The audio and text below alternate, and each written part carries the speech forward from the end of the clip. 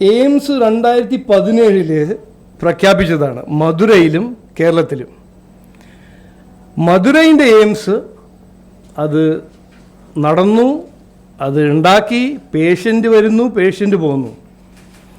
ഞാൻ പറഞ്ഞില്ലേ, ഇവിടെ ഒരു ഏറ്റവും പ്രധാനപ്പെട്ട ഒരു പ്രയോറിറ്റി CPM സർക്കാരിന് വിവാദങ്ങൾ ഉണ്ടാക്കുക.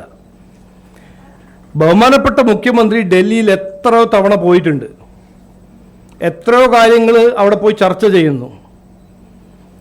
എയിംസിനെ കുറിച്ച് കഴിഞ്ഞ 6 മാസം അവിടെ പോയി ചർച്ച ചെയ്തിട്ടുണ്ടോ? ഇല്ല. അത് എന്തുകൊണ്ട്? നിങ്ങൾ അവരോട് ചോദിക്കണം. കാലിക്കറ്റിൽ ലാൻഡ് അക്വിസിഷൻ കംപ്ലീറ്റ് ആയിട്ടുണ്ടോ? അങ്ങനെ ലാൻഡ് അക്വിസിഷൻ എവിടെ കംപ്ലീറ്റ് ചെയ്തു? ഇതെല്ലാം ചോദിക്കാണ്ട് എയിംസ് വന്നില്ല.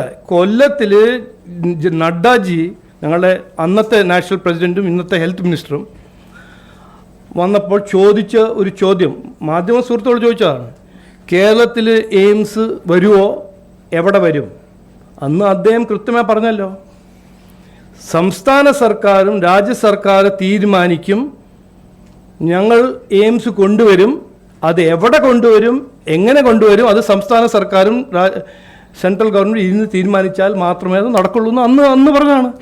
ഇതെല്ലാം മറക്കാം. എന്തിനാണ് നമ്മൾ ഇന്ന് മറക്കുന്നത്? ഈ ഇലക്ഷന് വരുന്ന മുമ്പ് ഇതിനൊരു വിവാദമാക്കി ജനങ്ങളെ ശ്രദ്ധ തിരിക്കാൻ ഇറങ്ങുന്ന CPM കോൺഗ്രസ്, നമ്മളെന്തിനാണ് അവരെ വിശ്വസിക്കുന്നത്? ഞാൻ പറഞ്ഞില്ലേ, 600 കോടിയുടെ ESI ഹോസ്പിറ്റൽ കൊല്ലം ചെയ്യാൻ തയ്യാറായ സെൻട്രൽ ഗവൺമെൻറ് ആരാണ് ചവിട്ടി വയ്ക്കുന്നത്? 600 crores ഇൻവെസ്റ്റ്മെൻറ്റ്. അത് രാഷ്ട്രീയമല്ലേ? ഈ വിവാദം ചെയ്യുന്ന ഒരു രീതിയിൽ സ്റ്റക്കായാൽ, ഇതാണ്, ജനങ്ങളാണ് ഇതിൻ്റെ ഇരകൾ, വികസനമാണ് ഇതിൻ്റെ ഒരു കാഷ്വാലിറ്റി. അപ്പോൾ ഇത് മാത്രമേ പറയാനുള്ളൂ. ബഡ്ജറ്റിൽ കേരളത്തിന് വേണ്ടി എത്രയോ കാര്യങ്ങളുണ്ട്. ഈ ഒരു പ്രചരണം ബഡ്ജറ്റിൽ ഒന്നുമില്ല. പിന്നെ ഞാൻ ലാസ്റ്റിൽ പറയാൻ ആഗ്രഹിക്കുന്നത്, ഈ വന്ദേ ഭാരത് ട്രെയിൻ ഇവിടെ തുടങ്ങിയത് ബഡ്ജറ്റിൽ പ്രഖ്യാപിച്ചോ? ഇല്ലല്ലോ.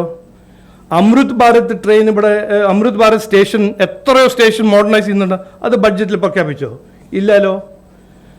പിന്നെ എന്താണ് എലക്ഷൻ്റെ 60 ദിവസം മുമ്പ് എല്ലാം ബഡ്ജറ്റിൽ പ്രഖ്യാപിക്കണം എന്നൊരു നിർബന്ധം? അപ്പോൾ ഇത് അവരുടെ ഒരു രാഷ്ട്രീയം. ഞാൻ പറഞ്ഞില്ലേ, ഞങ്ങൾക്ക് ഇതിനെക്കുറിച്ച് കൂടുതൽ സംസാരിക്കാൻ ആഗ്രഹമില്ല. അവരിങ്ങനെ വിവാദങ്ങൾ ഇങ്ങനെ മുമ്പോട്ട് വെച്ച് ജനങ്ങളുടെ സാമാന്യ ബുദ്ധി ചോദിക്കുക, ജനങ്ങളെ ശ്രദ്ധ തിരിക്കാൻ, ജനങ്ങളെ വിഡ്ഢിയാക്കാൻ ഒരു ശ്രമം. കാരണം 10 കൊല്ലം എല്ലാം ശരിയാവും എന്നൊരു വാഗ്ദാനം കൊടുത്ത സർക്കാരിന് ഇന്നും ഒന്നും പറയാനില്ല. ശബരിമല കൊള്ള, ശബരിമല നടക്കുന്ന അഴിമതി, വിലക്കയറ്റം, തൊഴിലില്ലായ്മ, ഇതിനെങ്ങനെയെങ്കിലും മാറ്റിവെക്കണ്ടേ? അതുകൊണ്ട് ഈ ഒരു ടോപ്പിക്ക് പിടിക്കുക.